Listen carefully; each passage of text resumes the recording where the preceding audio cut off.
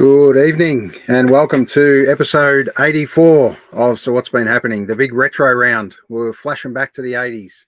We're going to do a few of these flashback from the 80s and dug out the old classic retro look for tonight. So calling back to where we were this time last year. Wasn't too long ago, but sadly we're not there this year. But here we go, a little bit from last year. They need the next one or the one after even. 2 out of the 3. Oliver, here they come. Petrarca, long ball, Fritz over the back. Recovers and goals.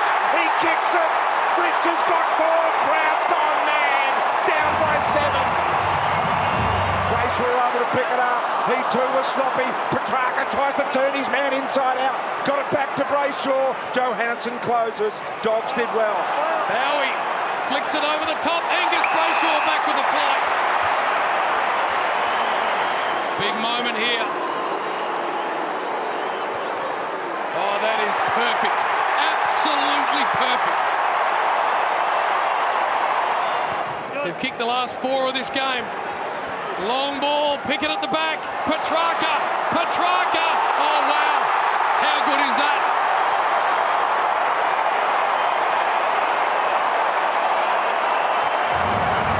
Christian Petrarca, no way. Petrarca and Bonampelli going head to head. Here he is to Oliver again. This one will be a big one. Sparrow to make it a 3-goal, 3-quarter time lead. He's got it. Melbourne are up by 3 goals on the eve of 3-quarter time.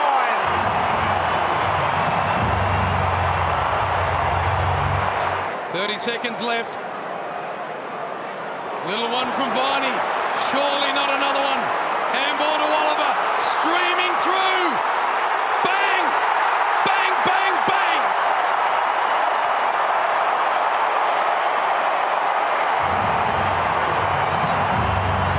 That is incredible.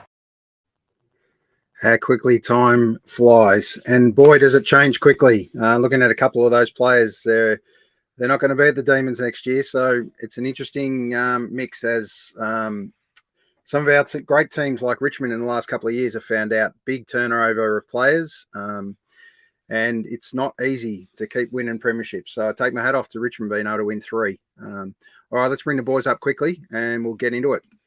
Boys, how are we? Welcome back. Grand Final week. Hey, Ed, so hey, mate. Are you okay?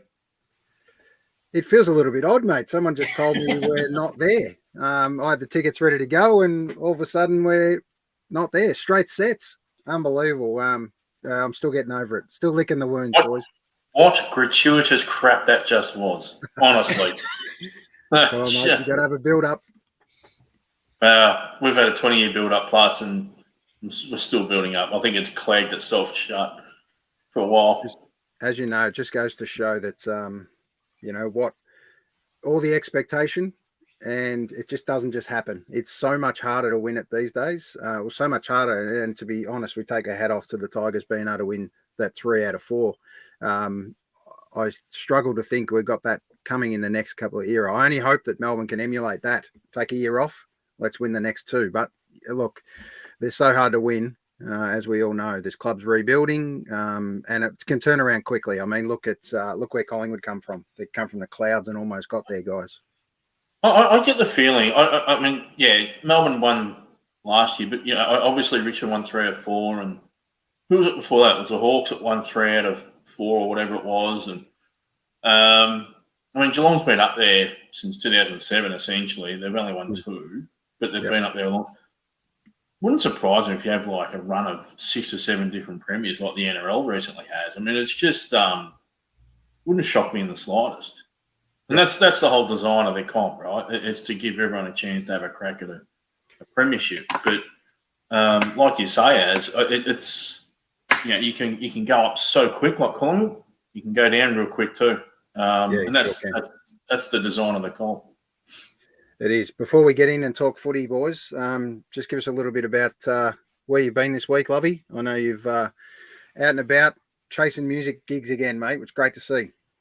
Yeah, I went to Ziggy Albert's in the Ballarat Civic Hall. It was an 8 o'clock start, and for this this Melbourne Metropolitan, man, it was quite a trip out there. But it was pissing down rain a bit on the way there. It didn't actually rain too much on the way home, thankfully. But I'll tell you, there's two things I took away from it.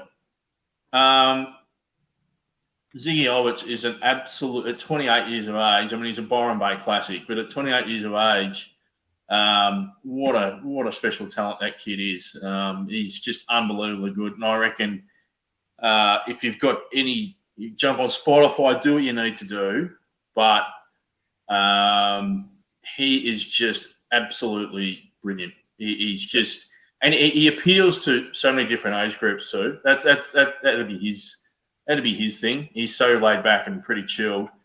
And the second part was I hadn't been to Ballarat over night time for quite a few years, and I was pleasantly surprised. It actually wasn't too bad a place to be. It was, you got some nightclubs there that actually would outdo certainly the mighty Ringwood or out towards the old Monty or Greensboro. But I think Ballarat's tidied itself up a fair bit, and it was actually quite a nice place to be.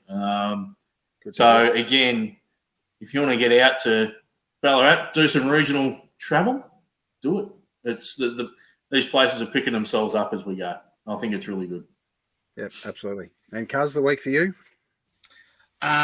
First week of school holidays, mate. So 2 days in. So man of leisure again, as Jody and you would both attest to. Some say I'm always a man of leisure, so nothing really changes. But got a list of little things I need to do between now and I think October the 3rd when we go back to school. But look, good to have a break. I caught up with a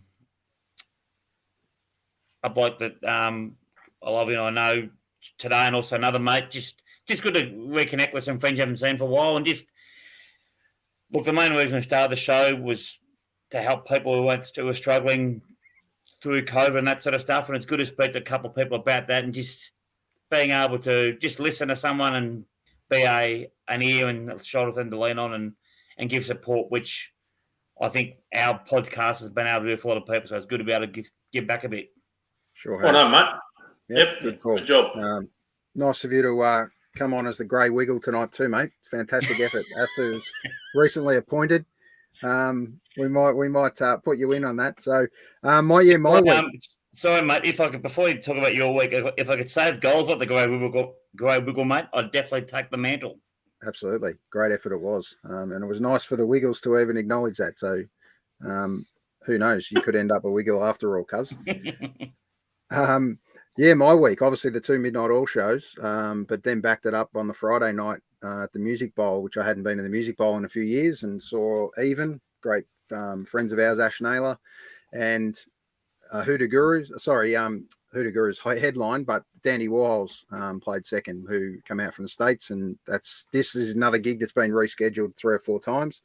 And Hoodoo Gurus, talk about a band that's still absolutely at the top of their game. They've got a show coming up at Croxton, not that far away, so make sure you put yourself down on that one. But they were unbelievable, so I haven't got any footage of that to play, but great gig. And then tomorrow night, just a quick pump before we get into it, Wolfie and Davey Lane from the Pitches, free gig at the Gem tomorrow night. And then Thursday night, heading towards the public holiday is we've got Dallas Crane and Casanovas and Andre Warhurst, which are going to play the corner. So if you can get along to that one, make sure you do. So it's been a big week in footy finals, boys. This terrible wet weekend we just had for the Northern Footy League and a few other leagues. But the Demons wasn't all bad for the Demons overall, because there's just a couple here to quickly chat through. The SANFL, the Redlegs, the Norwood Redlegs, who I thought as a kid. Are you trying to hold on to that? Yeah, Come absolutely, on, mate. You got to take them where you can, mate. You got to take them where you can. He is clutching big time now. Next, it'll be the Bentley Football Club in the Southern Footy League as well. They won a premiership on the weekend.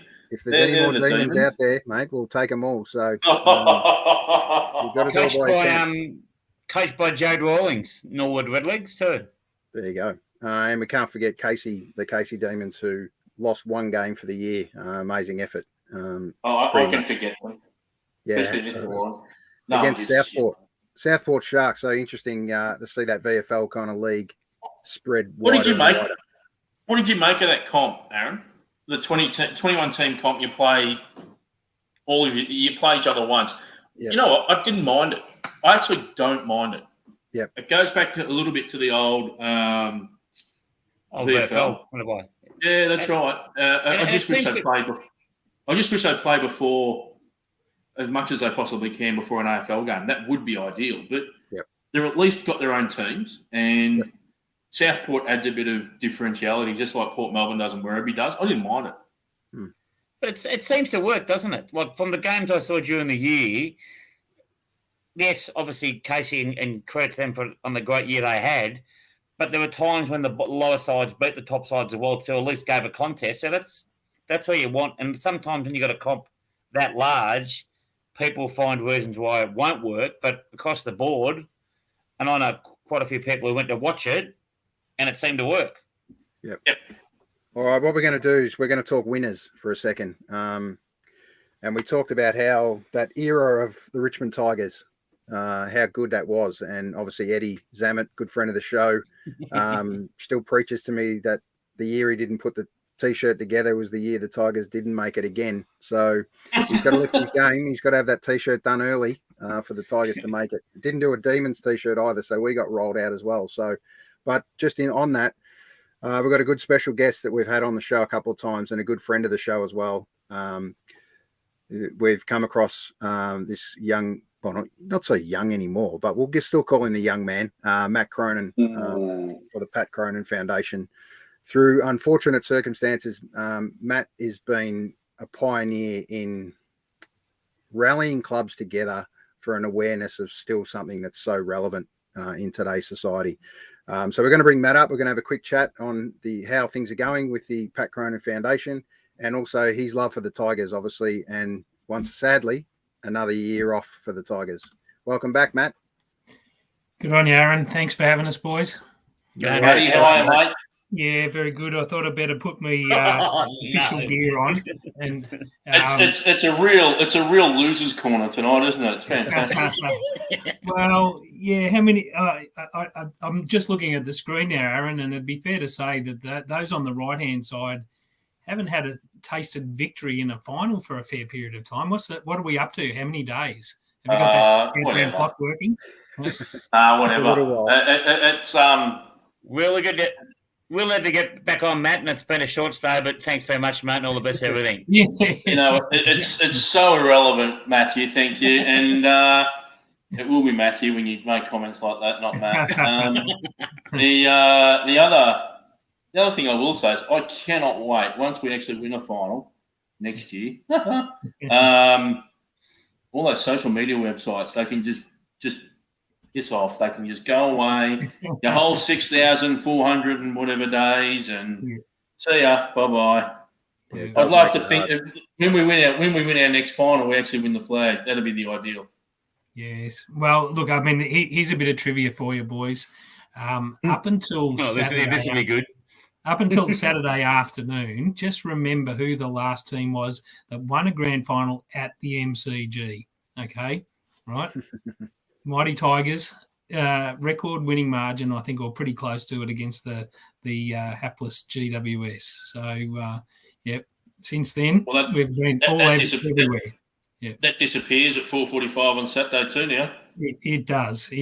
But, you know, it's fair enough. We've just got to hand it around a bit, I think. You know, we let Aaron we let Aaron and his boys have a win. Selfless of you, Matt. Selfless of you. Appreciate it. What a charitable club. Exactly. We're almost as charitable as Collingwood, aren't we? So, I know. As mentioned earlier about, obviously, he's got the Melbourne gear on. He's still clutching. You're obviously still clutching as well. Lovey's loyal to the Bombers. I've gone with nothing, the great wiggle look, because our side's got no identity at the moment. So I'm not sure where we are. So I'll just go with this, the neutral colour. So, see, Cuss's glass half empty. Whereas I can't wait for us to win the flag next year. When we actually have a no-name coach signed on, and when we have that ghost of a CEO, whoever that might become, I don't know. That's okay. Sometimes dysfunction works in your favour. That's how I'm going to look at it next year. Sure does. Anyway. I mean, sadly, the Bombers, no CEO, no board, no coach. Still got a captain. We have got a captain, absolutely, and we just hope for everyone's sake that the Bombers can turn it around quickly. No one wants to see a club in that big of trouble. There's been a few, but yeah, don't worry. There's plenty that do want to see it. There's a few that are pretty happy about it. The optimists and football lovers obviously don't want to see the Bombers down for too long. That's fair. So, that's fair. All right, Matt, tell us a little bit about where you've been, what's been happening recently. Obviously, the Tigers, you got a little bit of time in September now. So what's on the agenda for you? Oh, look, Foundation's been just going gangbusters this year. It's sort of, as you said in the intro there, and it's terrible that we're having to do what we're doing. But, the reality is we can't bring Pat back. So the best thing that we can do is to honour him with everything that we do. And, look, I'm really thrilled to be able to, tell everyone who's listening tonight and you guys in particular, last year in a COVID year, we were able to deliver, even with all of the impediments we had, we were able to deliver 137 presentations to secondary schools across Victoria. As of earlier today, I checked our customer, our CRM system, and we're up to 435 bookings, right, for this year. So from 137 to 435, just phenomenal. So the growth has been incredible. The demand, and that's perhaps a bit of a double-edged sword here, is that, we've been out there talking to schools, about, Pat's story and the issues that schools are having. The fact that they're actually asking for us to come out, is a bit of a cry for help. So, it's a good thing that they're calling for help, but it's also a bit of a sad thing that they're calling for help, because clearly after 2 years of lockdown, the resilience levels of our young students is not great. Glenn, you're probably seeing that firsthand in schools. Yeah, for sure. And that's why, you and I have spoken a couple of times about it, and obviously we're keen to get you to come out where I'm working at the moment at Oakley Grammar, because it's just... Look, I think kids are amazingly resilient, but it's also, as you said, it's great to give them that sort of reminder of just it's easy to make a poor choice, but it's also easy to make the right choice as well with the right sort of education information.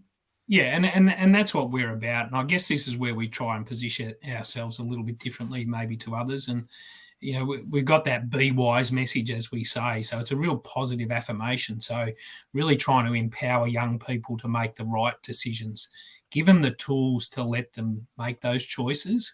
And, look, even at an AFL level and up until, I'll say, last Saturday afternoon, I was absolutely credited with Collingwood's resurgence. There's no doubt about that. I'll take all the credit, all right? And in fact, humble. Very humble. No, in fact, but I'm doing that on Pat's behalf, right? Because beautiful. And no hint of a lie. Earlier in this season, we actually did a presentation at the Collingwood Footy Club to their senior playing group, and here I was going into enemy territory, right? Fair to say, going into the old AIA Centre, I think it's called now, after however many reincarnations. And anyway, we did a presentation, and that weekend, Richmond was playing Collingwood. So, as I do when I, present at a club, I'll say, "Oh, good luck for the rest of the season, except for this week," right? Because and Richmond towed them up, if you remember. After that game that Richmond beat them, they went on that massive winning streak. So I can only put it down to, Pat's story and the Be Wise presentation we did. And, those guys, you could see something there when we went and presented to them.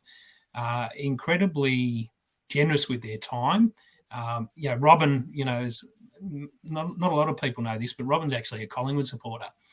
She grew up in the shadows of Vic Park just as much as my dad grew up in the shadows of Punt Road. So, quite the players were fantastic. And the one that, really surprised us the most, who spent a lot of time with us afterwards, came up and wanted to give Robin a hug, was Jordan De Goey. So, Yeah, really good group. You could sense something was going on there. A lot of connection, which seems to be the thing. I think Melbourne definitely had it last year. Richmond had it for a few years as well. And, those clubs that are connected and, you sort of sense maybe something was going to happen in Essendon last year, but went off the rails for whatever reason this year. But, I think connection is a massive thing, whether it's at a school or at a footy club or just in life in general, to be connected. And this is, what you do, boys, with this podcast is great because it's reaching out to people and giving people a connection to know that they're part of something, and there's people out there who can look after each other. Appreciate those kind words. Thank you, Matt. Yeah, a couple of things I did note is the interviews that you did with the players afterwards, that Collingwood thing, and put up a couple of those little grabs. And I thought that was a fantastic insights in what, from someone from an AFL environment got out of your particular presentations, which I think was awesome. Boys, I want to touch on quickly. I know you two boys had got the foundation out to your local footy club that you were coaching at, boys, and great job, Cuz, organising that. Boys, just tell us a little bit about the impact that can have on a footy club. I'm really interested to hear that. Oh, mate, look, it was a no-brainer to get Matt to come out and have a chat. We were wrapped that he did. Just the boys, and we know what young men are like, but the moment that they started presenting and talking about the foundation and what they wanted to do and what their meaning was, the boys were there in the palm of their hands, listening intently, and even sort of the weeks after it and coming up to it, like our senior coach said, yeah, fantastic, get them on, get them in, have a chat, and the boys loved it. And they came up, I know they came up to me, and I'm pretty sure, like Lovey can speak for himself in a minute, but they were really impressed. One, that you'd come out and speak to them, but also they could relate to everything you said. Obviously not the loss that unfortunately your family's gone through, Matt, but just being in that situation and having that split second to make the right call, make the right choice, and listening. They didn't speak too much and give much feedback, but in the weeks afterwards, when we got a bit of time to speak to them one-on-one, the positive influence was definitely there. And, mate, I'm forever in your debt for the friendship that I've now got with you, but from the club's point of view, like Lily, they were wrapped to have you out there. Good on you, mate. Thanks. Yeah, I echo Glenn's sentiments. I reckon the test of that sort of thing after you give a presentation, and as a guy, as the assistant coach up there, you try and be a mentor to these boys from a football perspective, but sometimes you have to, with certain guys as well, from a life perspective. And always the test after such presentations is how they react after that over those next few weeks and months. And that group of boys that you presented to up at Lillardale that night, Matt, my experience with them is they're already fairly well engaged on making sure they've got each other's backs and support each other no matter what. Pull each other out of any sort of bullshit that's going on a particular night or at a function. But, I know that one or two of those boys were quite emotional about that stuff a day or two after when we came back to Thursday training. Two of them came up and spoke to me about it a bit more, and I was lucky enough to go out with them on a few functions and a few Saturday nights after it as well. And you can tell that they've got the right idea about what going out is all about and having a good time. But also, too, if one of them looks like they're going to be in a bit of trouble, they do look after each other very well. And I think what you did, Matt, and what your foundation did was just reinforce the things that they were kind of already doing, but I reckon it just really hit home for them a lot more. They're a good bunch of kids up there, and I think they swallow that sort of stuff up, that sort of feedback, regardless whatever the topic might be. But that one's obviously very close to them because they all go out and they all go and have a good time. But they all know that they should all get home together safe and sound as well. So that was really good.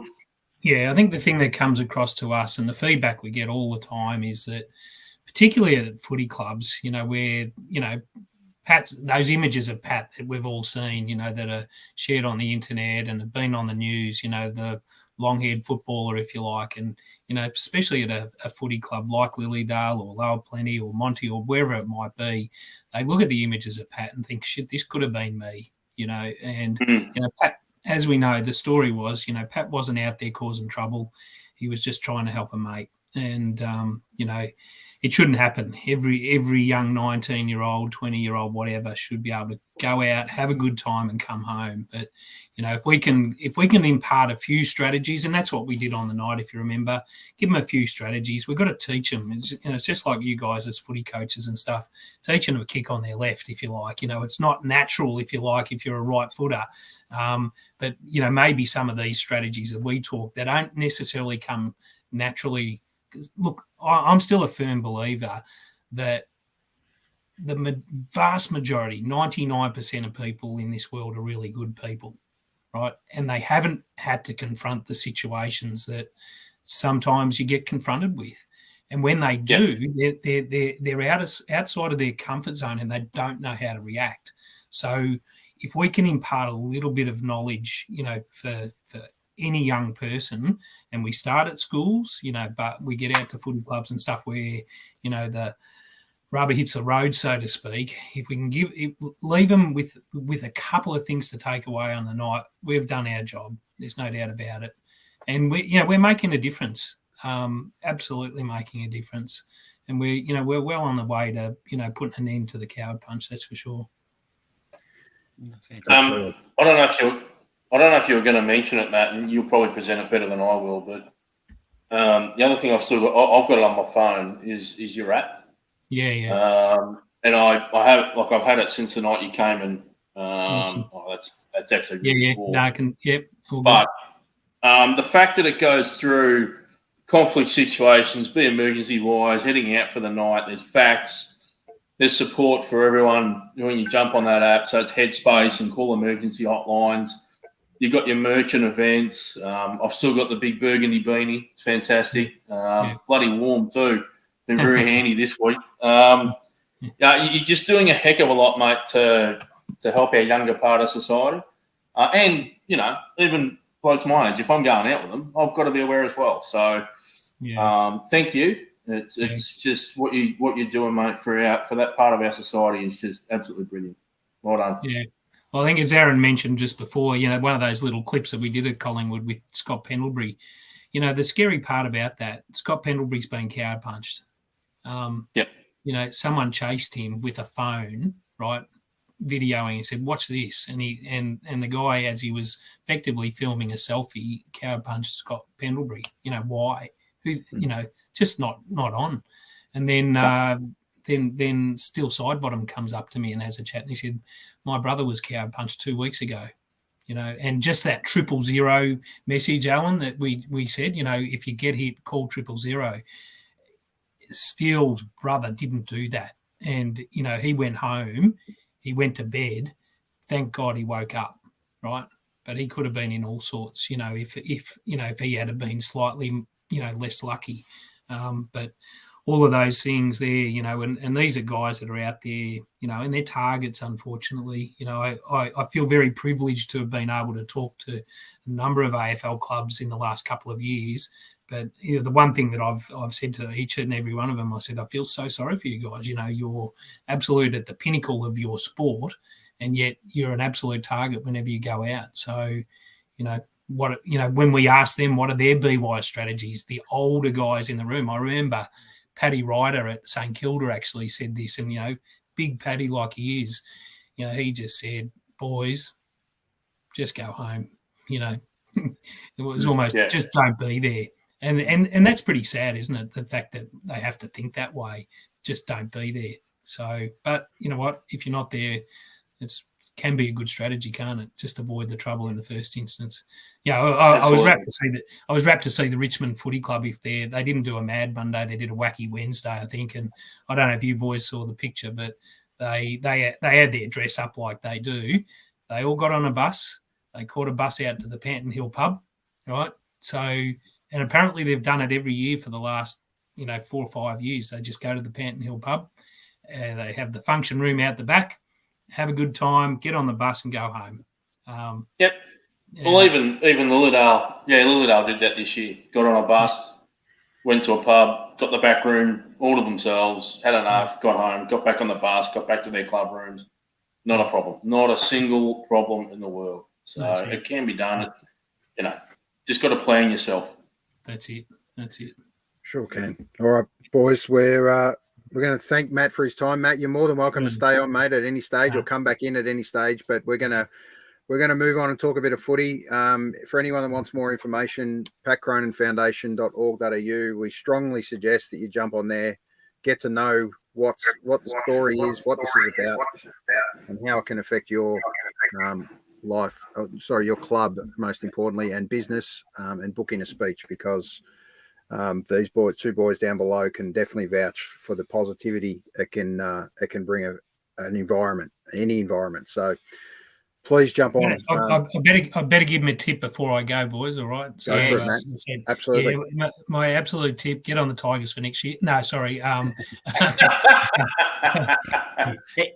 that. Don't think that's a joke. He means that. Yeah, I do. I'll be going with the Swannies. I think. I think their pressure is going to be too much for Geelong. Yep. Yeah. So go the Swannies. Give us a margin, Matt. It still sounds a touch begrudging, that one. Yeah, you probably. I reckon Swans by 13. Yeah. Okay, beautiful. All right. Thanks for joining us, Matt. Good on you, boys. Thanks for having me. Love to see you, Matt. See ya. Look out. Great work, mate. Thank you. Bye. Boys, we love having a chat to Matt. He's welcome anytime on this show. He only needs to send us a message. Ever there's a message to get out there, we'll continue to promote the message, and hopefully one day we don't have to, because as Matt said, there's been a shift in society that they just don't get themselves in that environment.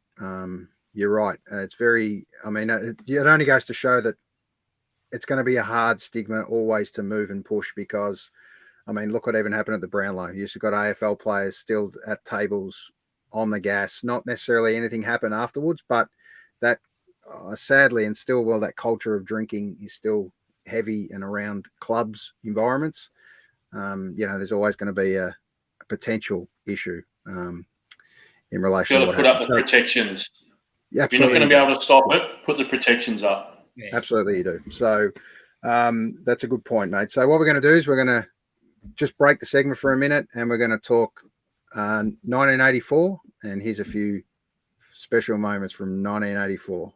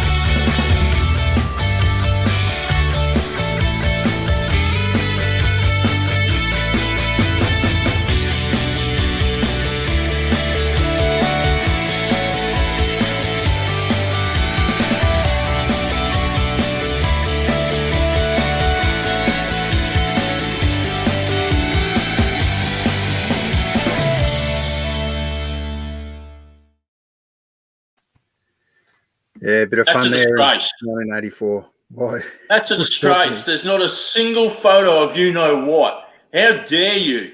That's okay. How dare you not give us anything? That's okay. We're going to talk about it, because you know what? Like the 89 Grand Final. Causes classic. Like a dim sim. Causes classic. It's what the crowd come to see. Causes classics. No doubt. Geez, Glenn, I tell you what, please make up for Aaron's oversight, please. It's very concerning when I'm working in a school and look at some of the photos I see of myself. It's just a little sidebar there, but yeah, we'll come back to that another day. We will. Righto, cuz. Kick off. Talk to me. Big week this week, as we know, AFL Grand Final. I've gone to the well, and I've gone with my top 5 AFL Grand Finals. No particular order. So the 5 I've gone with as you and I know, Lovey, 84.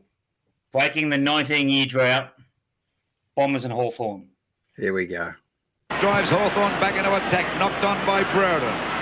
Pushed out by Wallace, still goes after it. They won't give in Hawthorn, still fighting it up. Full mark to them as the ball goes down there, but a mark to Danaher. Into this quarter by just on 35 minutes, there's the siren. Essendon winning their first flag since 1965, and the final scores Essendon 14-21, 105 to 12-9, 81. Full marks to Essendon, a great performance, but all the praise would have to go to their coach. And there they are, there's the coach of Essendon, Kevin Sheedy, receiving congratulations from all around. But what a performance, he shifted players all over the place, put Western as centre-half back. That was a 4-goal snooze fest. Come on, boys.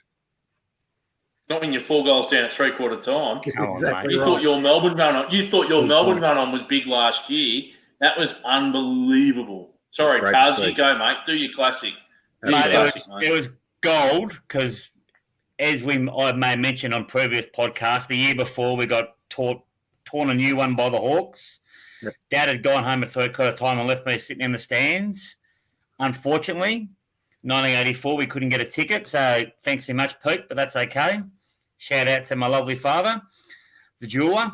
84, though, what a great year. What a great team. Another epic battle between two powerhouses of the early and middle 80s, the Bombers and the Hawks. Let's backtrack, Cuz. What's that? Let's backtrack. The one before that. No. Oh, so you're now taking over my segment as well. I don't want to talk about 83, mate. We want to talk about as the years progress. What year was it, Cuz? The first one. Well, the one I liked the most, and being a little bit older than you, was when Carlton beat Collingwood in 79 with, well, according to the Collingwood supporters, Wayne Harms was in the pocket of the Olympic stand. He was that far out of bounds. So let's have a look at it. Well, we haven't got that miracle, but we've got the last 30 seconds or so. Yeah, well, it's not enough to give a commentator a heart attack. A short pass out to Brewer. And he's been a pretty good player since moved out of that half-back line. Collingwood trying to get it around there. Has a go for Magro. He's going for the mark, but the umpire set a free kick for interference. 28 minutes gone. Is there time for Collingwood to get up? They're 5 points. There's the siren. And Carlton have won the 1979 premiership. The score, the final scores. Carlton 11-16, 82. Once again, Collingwood the bridesmaid. 11 goals, 11-77. What a great line. Once again, Collingwood the bridesmaid. I love it. You know what? That'd be like meeting Jesus at the same time being spat on by Satan. Now, I can't think of a worse grand final.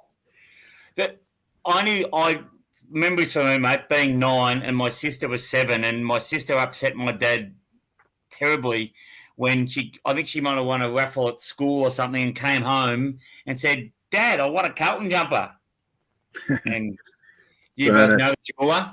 You can imagine how that went. That just got thrown in the incinerator in the backyard or whatever. But I think Stacey cried for about 6 months. And still. Well, that does give us one of the best grand finals of all time. Oh, look, it's an epic 1989. Cats and the Hawks. Righto. Here's the first minute or so, because, boy, it was an interesting minute. Magic. Capacity crowd. A grand final. Burke and Dia. Down by Burke. This is Buse. A second opportunity for Buse. Down towards the half-forward line. Ablett's in front. Very interesting, Dennis, at that first bounce because Yates came off the wing and went straight for Dermott Brereton. Dermott's down on his knees, as you can see. Gary Ablett will go very close from here, from about 52 metres. Long, probing kick. It's home.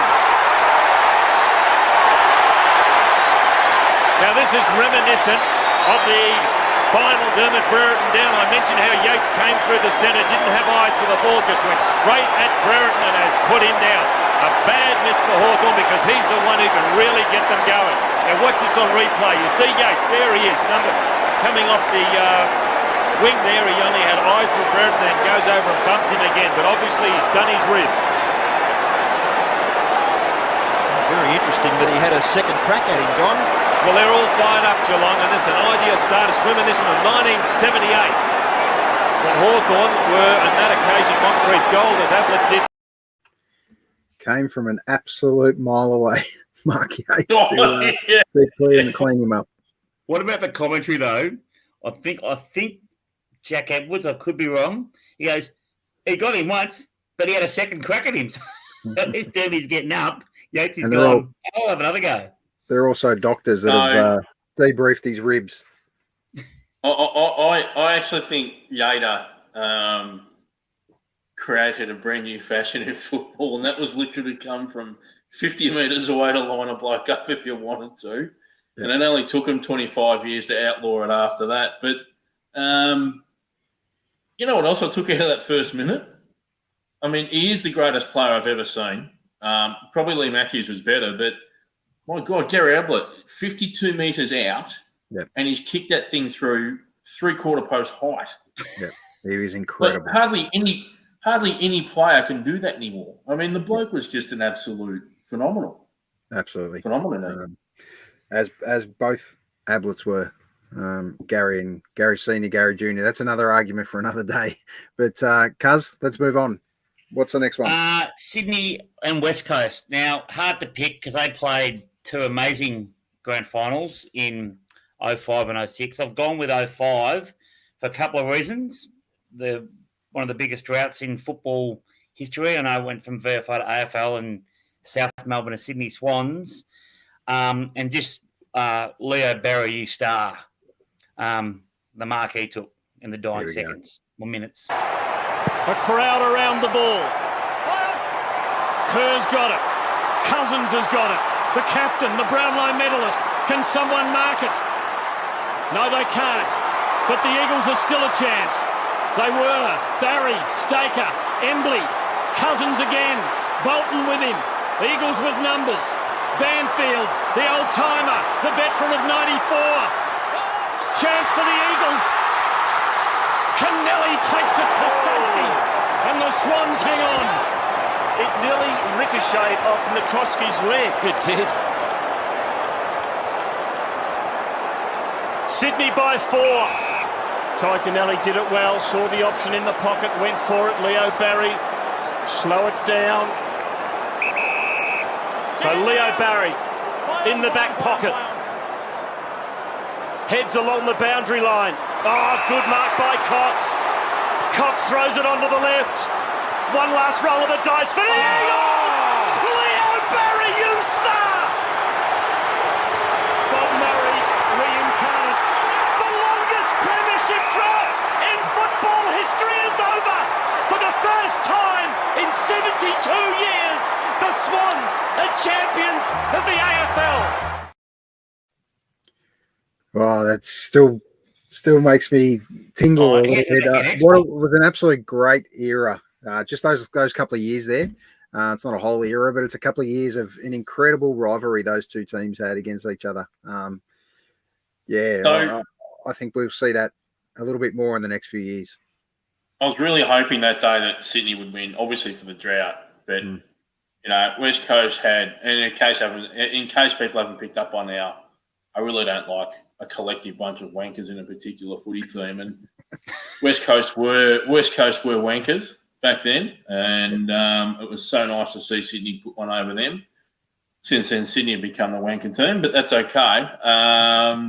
What a great grand final though! Like that went back and forth all day. It wasn't just a team came back in the last quarter. Those two teams didn't give more than, I think it was 2 goals for the whole game. And it was the same the following year, I think, too. So, great choice, Cuz. If you look at that last minute, like obviously had an amazing mark, but where he came from to take the mark, but he was also involved in 2 bits of play beforehand as well at centre half back. Then he was involved in the one that went through that Kennelly ran through for a point, and then he also milked at the clock a little bit when Kennelly kicked out from full back. So 4 real big moments. And in one of the greatest grand finals we've probably seen in the last 20 years. And your last one, Cuz? Close for 3 quarters. Pies and the Cats. Oh, excuse me. We'll have a glass of water. Different choice. Different choice. They'd broken their long sort of not winning for a while earlier. More with when Scott took over from Thompson. Like a lot of people said, he's been handed a great team, all that sort of stuff. Go to the division, mate, and see what you think. Look, good game of footy, tight all day. It's very interesting, Cuz, because that's not the one you told me. Didn't it? That was one of the honourable mention. Hang on. That was an honourable mention. hang on. You sure about that? You're Let's never roll the wrong. tape. Oh, you are the Billy Brownless of our podcast. Seriously. There you go. We're going to roll the tape on another drought. Oh, hang on. Sorry. No, I apologise. No, I do apologise. That was an honourable mention. I do apologise. Just added that bit, mate. Thank you. The other biggest drought, other than the Demons, was the Doggies beating the Swannies in 2016. Sorry, Aaron, you were correct, mate. You can roll that vision, please. Here we go. This was big. And it was also against someone else. Good kick. Gives Pickett a chance. It's over. It's all over. The drought. The damn wall is busted. It's 62 long years. McLean will kick virtually on the siren. He misses, but they don't miss out. Their day, their year, their joy.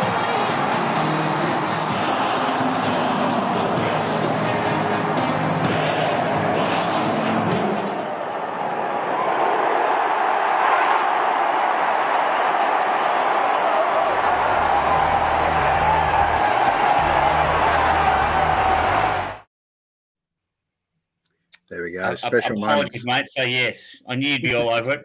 Thank you, Lovey. That is, as is right there, so I can't even read my own writing on my little information thingy. The thing I loved about that grand final is if you go to the Triple M commentary of that day, and it's into folklore now. No, we're not doing this. Please tell me we're not going to this grab. No, I haven't got the grab. But Jack loves it. He goes, with BT, boys kick the goal. Boys kick the goal. Boys kicked. And is that, as we've all been in ourselves, not as commentators, but when we watch the game and you get that caught up with the emotion of it, it's not till afterwards I reckon these other commentators even are aware that he's dropped the F-bomb in the commentary. Yep. But that said, that wasn't why. I thought it was a great game. Breaking the drought after such a long time, 62 years, but also the heartache for one of their favourite sons in Robert Murphy, who was unfortunately injured and unable to play, but the great sporting gesture by Bevo. Hotel, mate. There's always one that misses out. We can name one from every Bevo grand giving him his final. medal, I thought was a nice touch. Yeah. He wasn't the coach, and he certainly didn't play. This whole pantomime, give him something because he was having a cry. Mate, sorry, you just weren't good enough. You weren't bad. You just didn't. You had an E. Everyone gets it. Move on. Like the McDonald's Encouragement Award, mate. You lost, right? Christ almighty. Just be happy for your mates. Just be happy for your mates. Stop, Robert Murphy. Stop looking for a bit of me moment. Didn't have to. That's the classic, though, boys. Obviously, I've given away one of my honourable mentions was the Cats breaking their drought, but also the Saints in 66. And as much as you boys like to think I was there, age 20, I wasn't. But a good shout out to a fellow De La Salle man who kicked that winning point in Barry Broom. Thought I'd put that in there for you. Oh, of course, De La gets a mention with that. Has to. That's one of your better. That's one of your better classics, mate. Well done. And I'm looking forward to this week. I think Fox Footy now do it, the Footy Marathon on Friday night. So hopefully we can get one Bombers grand final in there, Lovey. I'm not super confident. Well, it won't be in HD. Yeah. It won't be, correct. 2000. Yeah. All right, we're going to move to just the two prelims, guys, and we're just going to have a quick couple-minute clip of each, and then we're going to talk about the big game. All right, here we go with Firstly, the Cats. Robertson. That might be why he's running around, to just force them to change their mind and get him off. But Joe's a 19, 20-year-old kid that when he's coming through, that sitting on a bench, starting on a bench doesn't mean much. Only kicked 6 goals in his career. He's now kicked one in a prelim. Geelong celebrate. They are through to their 19th grand final and couldn't have done it in better style.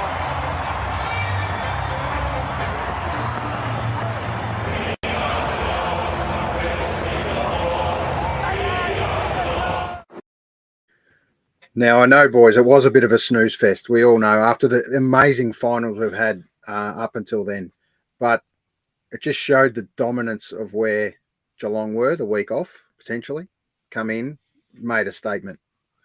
And a big statement too. But then again, there's Brisbane, who were arguably out on their feet for almost the entire game. They just couldn't get a run on. So just interested in your thoughts, boys. Where did Brisbane just drop off? And how good do you think this Geelong team is? Cuz. Oh, look, I think Geelong, as you said, Geelong were just clinical. Like everything they did came off. Now, there's an element of luck to that. But there's also an element they're all on the same page. They just know what everybody else is doing in their side, and their systems seem to work no matter what the opposition is. Brisbane, I think, tried their best, but I just think their best wasn't good enough. And as harsh as that may seem, I think McInerney the week off, I don't think that helped him. I think a lot of people were concerned maybe with Geelong having such a long time off in between, like one game in 25 days, whatever it was. But they were clinical from the first bounce. And once they adapted that approach, Brisbane, I think, were pushing, uphill for the remainder of the game. And there wasn't a period of that game. And normally in a game of footy, there is it might only be for a small period of time, but the other side will get some sort of chance to impact the scoreboard. They looked out of sorts from the get-go. And I think that theme maintained itself for the majority of the game. And when any time they looked like getting on top, Geelong just raised the bar a bit. Sure. That said, going into next week, we'll come back to next week. Okay, sorry, mate. Yep. Let's preview next week, what next week looks like. Shortly. Lovey, what's your thoughts? And I know this was after the game, but Mitch Robertson actually typifies what Brisbane's about ultimately, and unfortunately for them. They're still quite individualistic to me, and they still played a bit of a protectionist, my spot in the side type football. A lot of them did. When you isolate it and you look at the game from an isolated perspective on each of the Brisbane players, very few of them put out 1%ers. Very few of them acted in a selfless manner. And, the pin-up boy, Joey Danaher, for that, absolutely. Again, didn't really fire a shot, but he wasn't on his own. And the fact that Mitch Robinson said what he said after the game about not getting his own send-off and all that crap, that to me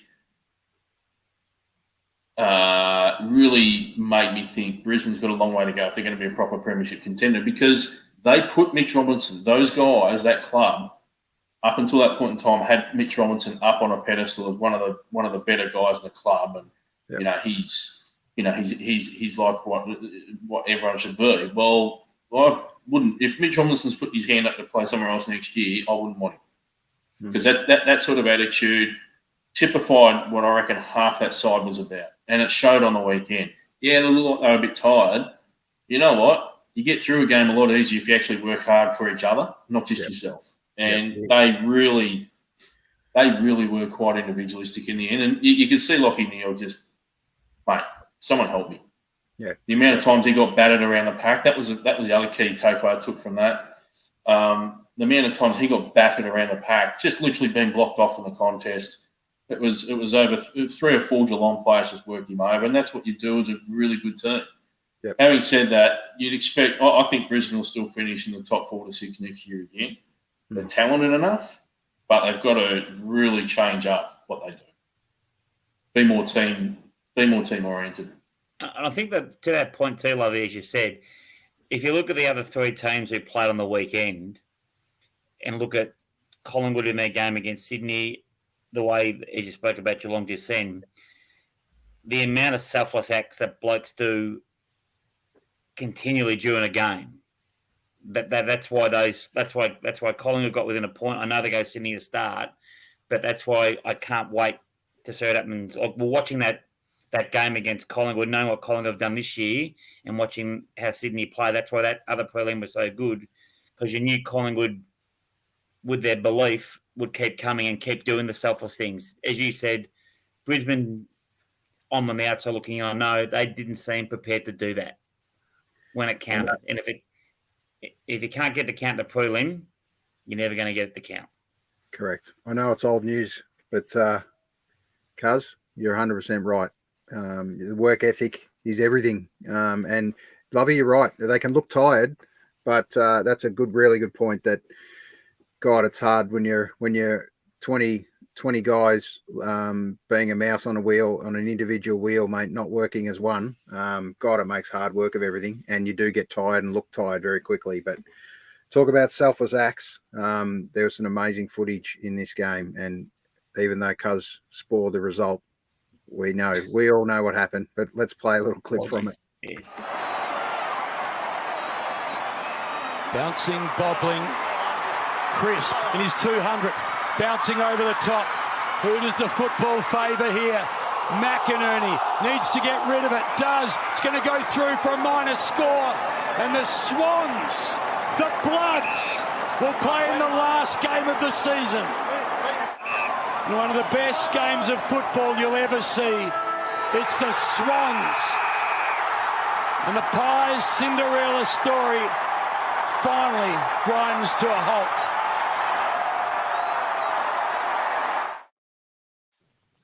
Heartbreak hotel for the Pies. But, geez, they've been good all year, haven't they, boys? One team, the bottom line is you can't give a team 35 points head start. Correct. And expect to hang in there. You can worry about blaming an umpire's decision all you like in the last couple of minutes, but the reality is don't give them 35 points head start and you might stand a chance. So the Pies, unbelievable effort, really, from the Pies. If you're not a proud Pies supporter, yes, you'd be disappointed to not get to the last big game, but God, you have to be incredibly proud of their efforts coming from 17th last year, boys, I think it was. Amazing to be top 3 effectively. What's your thoughts, Lovey? Yeah, I it's funny. A lot of people have said, "Oh, they've just been lucky," blah blah blah. But you make your own luck, and if you keep yourself in games, if you keep pushing away, and keep doing those selfless things, a team thing, everyone will jump along with you. Not one single Collingwood player in the week. Yes, they lost, but collectively, they picked themselves up after quarter time and halfway through the second. They thought, you know what, we're just going to have to grind it again. And they all did it together. There was no player left out on his own like Lachie Neale was the night before. They just worked together as a unit and got themselves back into the contest. But credit to Sydney too in that respect, because when you're getting momentum smashed against you like that in the second half, like Sydney were, the fact that you can still hold on and not just completely capitulate. Yep. Aaron, you remember last year's grand final. The Dogs, I think it was like 15 goals to 1 after the 20-minute mark of the third quarter. Something stupid like that it was. And the Swans were just as resilient as what the Pies were, good enough to get back in the contest. So you can't really fault Collingwood. They're only going to be better next year, I think, which is frightening. Because they've learned, they've matured. When you have games like they've had this year, the maturity that goes with that is massive. By all accounts, they'll probably improve their top 25 players for next year. So, for me, I think, unfortunately, I think the sky's the limit for the Pies next year. It is. Cuz, mate, taking a team from 17th to 3rd, arguably, is an incredible effort. It doesn't come without belief, they're fair to say, and that's what they had in spades. What they lacked in talent, they had in belief. And Flyman, McRae deserves Coach of the Year for sure, and he's just been voted Coach of the Year, I believe. So, what's your thoughts on What did McRae do so differently that Buckley couldn't get them to do? What's your thoughts? From the outside looking in, and as I said a couple of times on the potty, like two players that have been interviewed on various media outlets, I think he just took them back to basics. Yep. So even when they got beaten on Saturday, the first thing, he didn't want to speak to them straight after the game because, as he said, he goes, I would have been too emotional. So let's take a step back. Let's look at what we've achieved. What an amazing achievement. Yes, it's not winning the grand final, but where we were, where we are, where we're going to. Like giving them direction, letting them enjoy the celebrations, enjoy the good work they've done, celebrate the good things. And as he said on a couple of press conferences, let's be winners. You can lose a game and still be a winner. And you look at that and you watch it and you think it's a good point to have. Yep. And then, as he said, and we've all done it in not only sporting lives, but in normal life, the wins are better because you've learned from the losses. Now, it's not a blame game. He said we didn't do some things great, but how good's the year been? And look, as much as it pains me as a non-Collingwood supporter, they're upside because basically this year he's inherited a list. He's done a few tweaks to the game plan, but the personnel's pretty much the same. And they've become even more so a destination club now. So over the summer, he can mould the list even more the way he wants to do it. So I think, beware the other 17 clubs. Yep. I want to pose a question to you two boys, and it's one that I've asked a couple of people over the last couple of days. The famous number 35 and the story behind 35 at the moment being Prestigiacomo's. Yeah, Prestigiacomo's number, and the moving it on to the number one draft choice, or their number one draft choice. Obviously, the son of Peter Dacos, one of the sons, has got 35 currently right now. The question is, boys, what's your thoughts on, do you hand it on and keep that tradition going, or does he have a right to say, I'll continue to wear this? What's your thoughts, boys? I'm interested. Lovey, where do you sit on it? Up to the club, and I think it's up to, if the player wants to hold on to it, you're going to have a good chat. I mean, the player's not bigger than the club, and I think that, if that was what was agreed well before he got to the club, which it was, he would be understanding of that. Obviously, he's got every right. He can ask. Do you mind if I keep it 35? Can we make it perhaps a different number? Yep. The club may change that. I mean, that's the thing, right? All this stuff's a club thing. And if a player wants to ask a question, you can. I actually don't really have a position on it. I think, it's obviously it's a little bit different with Darren Malane's number 42. But, again, not every club would do what they're doing with Darren Malane's number. Obviously, that's in perpetuity, but that's a club choice. That's a club decision, and it's the same thing. So I don't think there's a right or wrong answer. I'm sorry, that's probably a bit bland, but it's a bit of a club. It's a club thing. Sure, but we all know how important that discussion Traditions is. Traditions are important at a club, culture, right? Traditions are important at a club. I don't think it'd be even a discussion at a club like Sydney, where we talk about such a strong Bloods culture. If they had a number and that was the decision and that's the reason for it, you'd hope that the Dacos son had been brought up to know that as he got the jumper. It wasn't about wearing his dad's jumper. It was about, it's not just Peter Dacos's jumper. It was Prestigiacomo, and it was 20 or 30 other blokes well before him. So it's there's a bigger play at bay. So, Cuz, just your thoughts. Where do you sit on it? Look, I'm a bit the same as Lovey. I think you come to the club as a player. Obviously, Dacos came to the club with a fair bit of hype, and he's probably lived up to a fair bit of it. Obviously, his dad was a champion at the club. But if you speak to people at Collingwood when Presti was there, he was the quintessential clubman.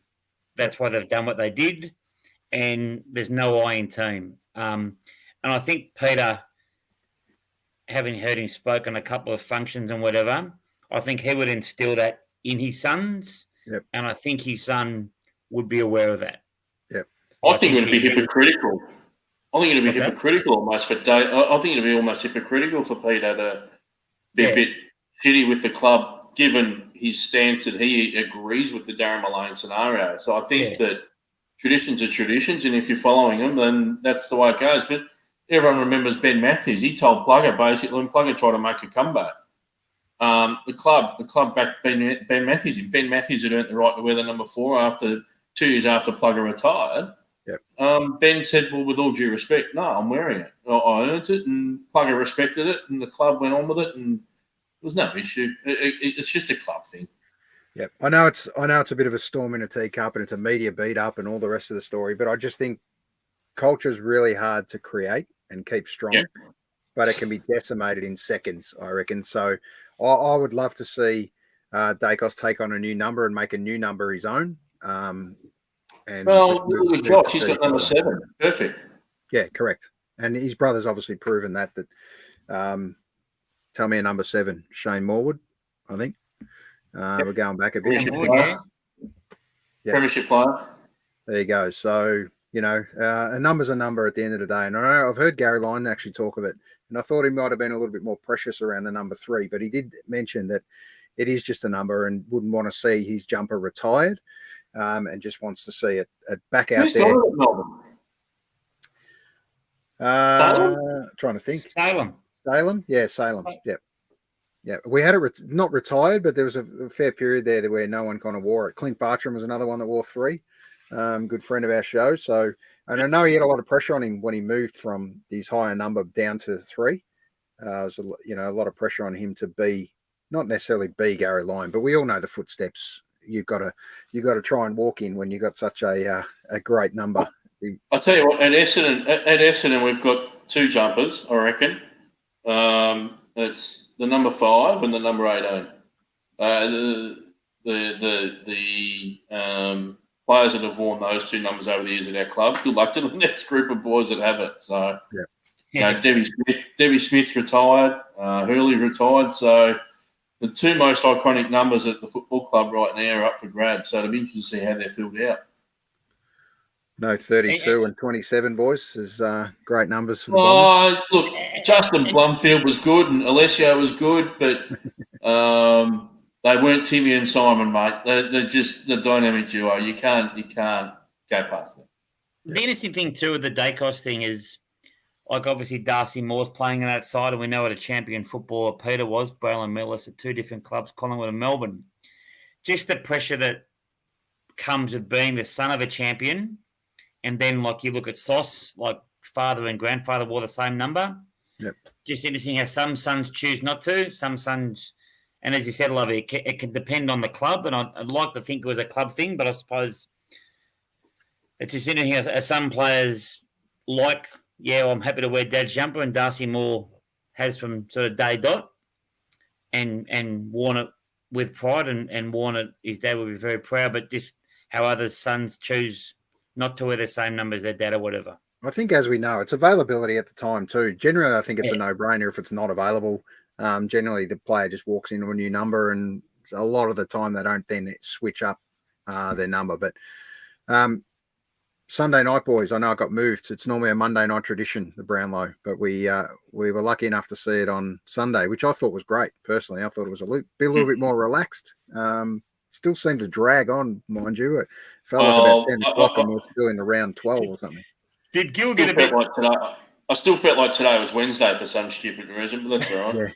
Yeah. Funny how those kind of nights you bank in on years and years of Monday nights forever, as far as we've known. And it was an interesting one, controversial one, some say, but I think an absolutely worthy winner. What a legend. And Patrick Cripps, what a way to top off a beautiful year, great year, and show the power that he's going to create at the Carlton Footy Club. Not too many took votes off him, to be fair to say, at Carlton, but here's the last minute of the Brown. Threatened it, but that was about it. A. Chero, 2 votes.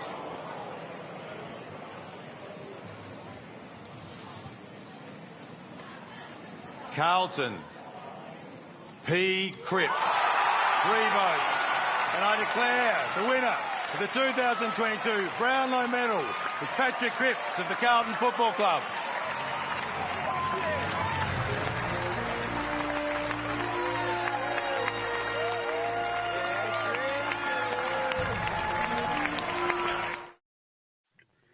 So, boys, Patrick Cripps moves into esteemed company, as we all tend to say. And I think the old C. Judd has now moved to P. Cripps. It was a nice little build up there. The same company he keeps as Brad Hardy and Shane Woden. It's brilliant. Look, tough on the man. You are very harsh, Alan. Oh, stiff shit. I hate Carlton with a passion, but geez, that man's deserved something from carrying that club for so many years. Yeah. I love the fact he won it, and these wankers that have jumped on about he should have been suspended in round 21. You know what? Rules are the rules. The process is the process. You know what? Don't hate the player, hate the game. Correct. Even Gil McLaughlin shouldn't have carried on like he did at the time. Yeah, that was disappointing. Absolutely. I think that was just a bit of a tarnish. That was just Gil. crap. I think the most amazing, well, not amazing part, but interestingly enough, though, that game that he then got freed up to play that last round, he absolutely dominated. So there was no question of whether he was, and they didn't win the game. So whether he was given, whether he was given the 3 votes, there was no question how good he was. Ever since Maurice Rioli was given a Norm Smith in 1982 in a losing grand final, you can get 3 votes in a game, even if you lose. So I think, he was by far. I remember watching that game clearly, Carlton calling the last round. He was by far and away 2 times a better player than anyone else in that ground in either team. Yep. And on media outlets on the radio, quite a lot of Collingwood supporters have rang up and said he was clearly best on ground, as you said, Lovey, by a long way. Yep. I think if a Collingwood supporter against Carlton is admitting that, then we know how dominant he was, because it's good to see. There's no love lost between Collingwood Carltons, as we know. Now, here's the road to the finals, boys. Here's the big dance. We are finally here this week on Saturday, and we've got to see. This is the record, boys. It's going to be a great game. No doubt the best 2 teams of the year, in my opinion, or definitely the second half of the year. So it's going to be a worthy grand final, 2:30 start. Now, just before we go too far and take picks and all that sort of stuff, I want to Did anybody tip this in us when we did our early predictions? Well, you'll have to go back to the tape, cuz. There's your homework. Just thinking I might have, just putting it out there. Yeah, we'll see. We'll see. No one likes a wanker, Glenn. The grand finalists. What I love is their little catch cry here, or tagline, bloody exciting, known as the Bloods. So I think that's pretty well done in their marketing department. And obviously the big untamable, we are Geelong. So it's going to be, I just hope it lives up to the expectation now, because it's been such a great final series, all bar kind of one final. It's going to be big. So boys. Yeah, Lovey, go. If it was any other team, I'd almost say they spent their petrol tickets last week. Like if it was any other team that played that prelim, they spent their tickets, they're done. But this Sydney team, I just get the impression that they're not going to be tired. This notion that Geelong love the fact that Collingwood and Sydney went to the wire, don't think it's going to mean too much. I mean, at best, they're probably just going to have a couple of captain runs during the week, and that's been about it. Yep. Buddy's playing as well as he has for 2 years. I don't see lethargy being an issue for the Swans. I see the thing that'll do the Swannies in is probably experience, and that'll be it. It'll be more the emotional stuff that some of their very young players, in comparison to the Geelong players, might not handle the occasion, particularly after halftime, quite as well. Sure. For me, I've got the Cats by 21 points. Yep. But it's as even as it gets at 3/4 time. I think the Cats might just pull away a little bit at the end. Yep. Again, just because big moments, their best players will stand up and make sure that they deliver. Swans will be desperate. I mean, the Cats aren't going to get an easy goal. And in fact, I reckon you're barely going to get 150 points between the two teams. So for me, it's the Cats, but it's not so easy as what some people are suggesting. Yep, I agree with that. Cuz, give us your tip. Yeah, look, I think the Swannies by about probably 2 goals, pretty close. Yep. But my only caveat on that is Sam Reid, just for the role he plays, is just bringing the ball to ground. I thought he was really good in the game on the weekend. Yep. And look, I think having a young side for Sydney, but I think, look, they're probably the best side in the comp at bringing in young blokes, teaching them the culture, teaching them what AFL standards are, and getting them on board that pretty early. And I don't think they'll be overawed, but as we know, we don't know until the day. And look, I think Geelong have been dominant, but they've had 15 wins in a row, the Cats, and without wanting to sound like a glass half full person, they're due to drop one. So were Carlton when they won 16 straight in 1995, mate. What's that? So were Carlton when they won 16 straight in 1995. They were due to lose one for about 6 weeks straight. They should have. Apparently, they were meant to lose to us in round 22 that year. They smashed us. They were, but I just think, as much as you can only beat who you played, I think the encounter that Sydney had against the Pies will stand in good stead for this week. I think the easier game in terms of their body would be good for Geelong, but for terms of the pressure, and Sydney will bring the pressure early.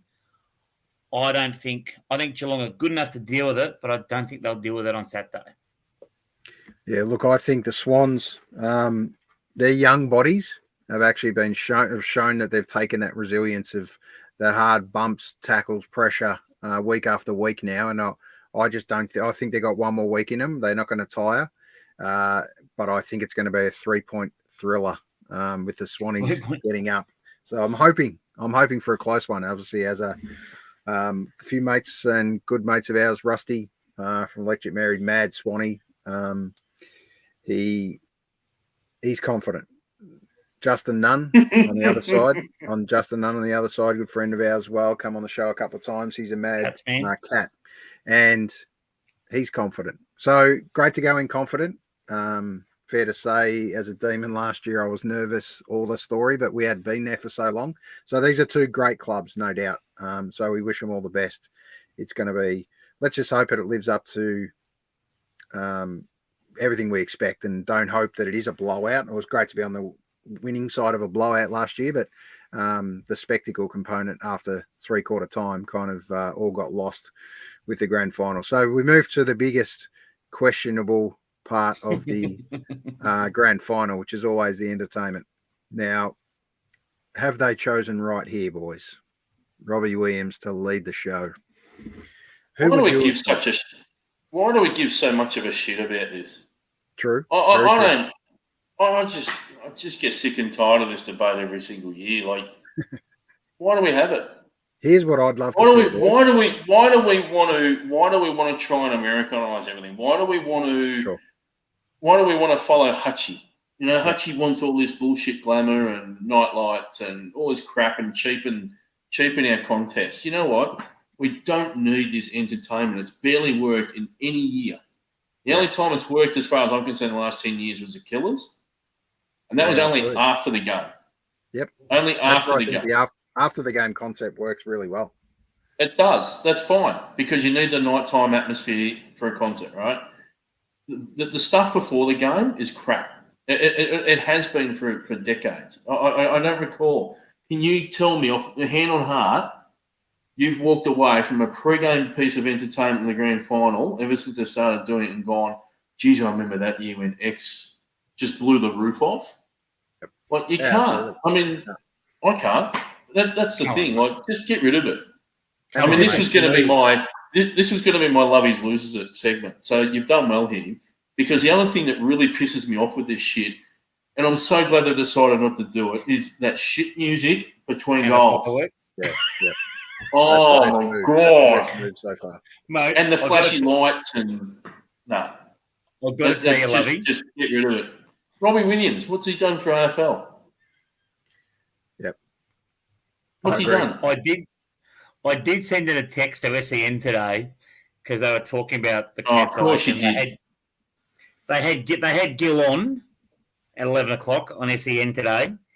And I was driving, so I was going to send a text in, and I was too busy laughing because I thought, Lovey would just, I would love for you to call in and just Gil, it's your last year, mate.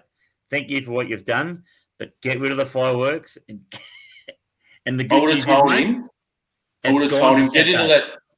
I would have told him get into that Hessian sack with all the other potatoes, mate. You've completely stuffed it once again. Piss off.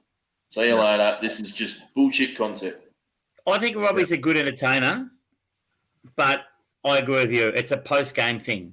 During the game or before the game, like halftime of the grand finals when you go and replenish your beer or do what you're doing and whatever, it's.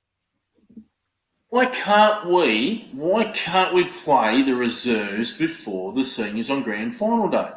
Absolutely. What was wrong with that? I would love to see the TAC Cup played first. Yeah. You get there in the morning, TAC Cup's on. They get more people to it that day than they do normally anyway.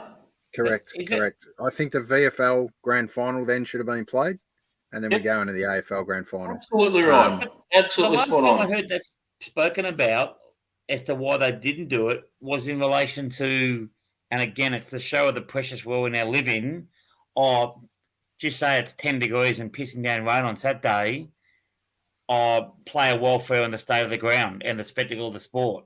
No, that's bullshit. It's a winter sport. We played one game at an Icon Park in the wet the other day for the VFL, and it wasn't a great spectacle. But you know what? I remember 88 when we got absolutely belted by the Hawks. It was pouring rain that day, mate. As a supporter, you're just enjoying the day regardless. But the only reason now they're not playing it before the seniors, before the AFL Grand Final, is because of this bullshit entertainment crap. Yeah. They'd rather put that puss up instead of having purest football being played beforehand. Well, how good was it? How good would it have been? Yeah. So just pretend Melbourne played last year at the MCG, right? You had Casey on before Melbourne. Casey would have started at 11:50 in the morning. And they finished at 2 o'clock with a premiership. All the Melbourne supporters would have got there happy as you can be, and then they would have watched Melbourne annihilate the Dogs in the AFL Grand Final. How good a day would that have been for Melbourne supporters in general terms? Like that's just that stuff is what should be brought back. None of this music shit. And it's an old school comment, but as you said, it makes for the day as well too, and it gets you to have a look at blokes who your club might draft if you watch the TAC Cup first. Then if you watch the VFL, blokes who are either in the twilight of their careers, you get to see them in front of a big crowd, but also the developing players as they're coming and playing as well. I think to me, there's so many positives for it. And the negative they say is, as you said, Lovey, is, we've got to have the entertainment. Well, I think sadly, it's never going to happen. But you're 100% right, Lovey. You talked about the Killers was the best after show that we've had in modern years, but also the Killers performed in the pre-show kind of entertainment, grand final entertainment or halftime, which was absolute rubbish because it was during the day. It doesn't work. Yet at night it worked a treat. So we should just be doing an after show function, which is everyone on the ground again and the bands are on. Then it's a big celebration. That works. Do they still put the retired players on before the AFL Grand Final? In a what do you call it? I think so. In the Hiluxes going around the bit. They still do that? I do think so. There's going to be a hell of a lot of bloody Hiluxes out there this year because there's so many retirees. I think more than most years. It just seems that way anyway, and so many retiring champions at the game. So, boys, we've got the tips. They're in. That's a lock. It's hopefully it's an exciting weekend. That's for sure. Any last words before we wrap it up? Norm Smith. Well, I have. Now, you two are in the gun with me. And Dave Cosima, who's been inconspicuously quiet the last week or so as well. It sounds like, hang on a second, we're going to roll with this because this sounds like it's a What's gonna make our friend Lovey mad today? Lovey loses it. Lovey loses it. Lovey loses it. Yeah.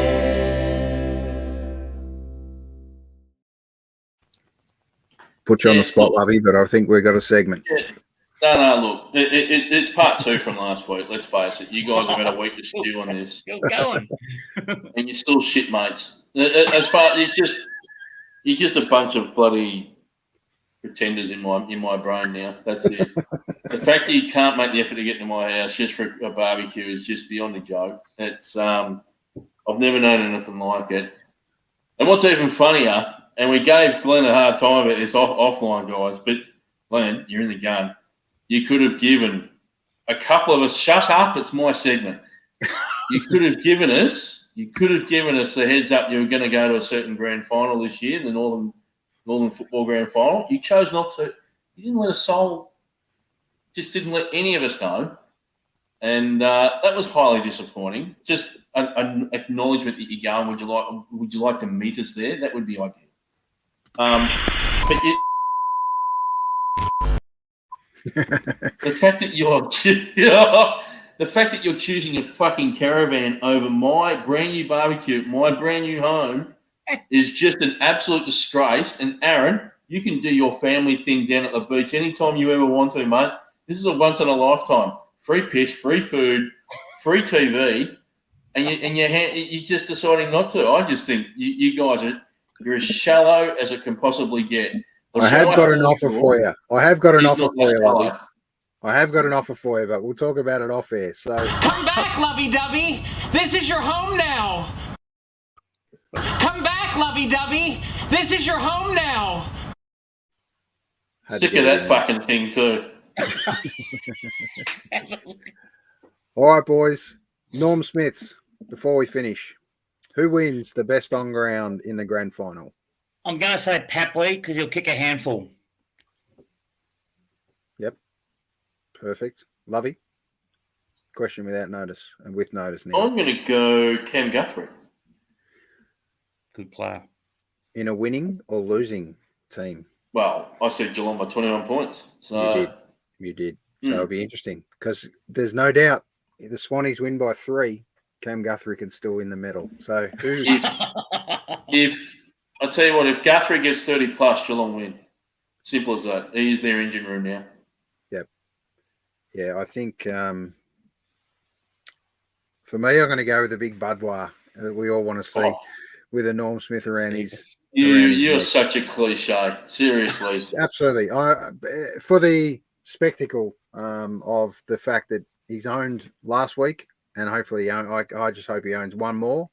And interestingly enough, the press release that came out today mentioning one more brought out very nervous Swans fans thinking he was going to play for one more game.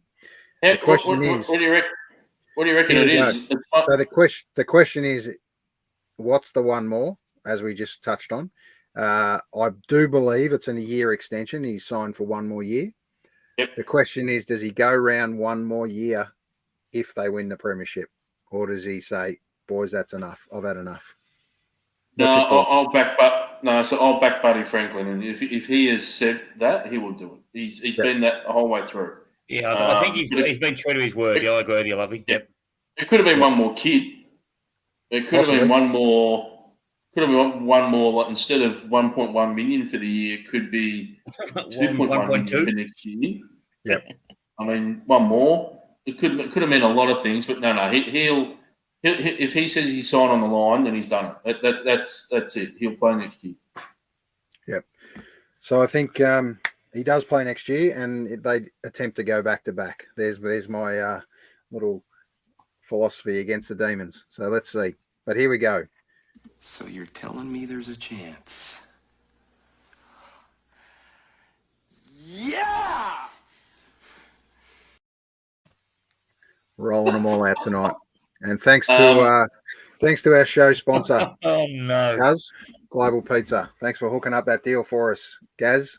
Look after us, boys, on grand final day or eve. Go on. How's he looking after us? Where's mine? Cuz is going to deliver it personally. Oh, nice. GF Day. Looking forward to it. Has he still got the Prius to deliver it in or not? What's the go? Prius. If you're going to pop my car, at least pop the right car. I've got rid of the Yaris and I now drive a... Oh, the Yaris, sorry. Yaris, Prius. Come on, mate. Hello, the sponsors, Toyota. All right, boys. That has been the AFL Grand Final edition. It's an exciting week, no doubt. Thanks to everyone that's been involved. Show episode 84, and thanks to all these people that have come on. So what's been happening? Have a good week, boys. Enjoy the game. No doubt we're going to exchange some messages. See you, boys. Go Swannies. Enjoy.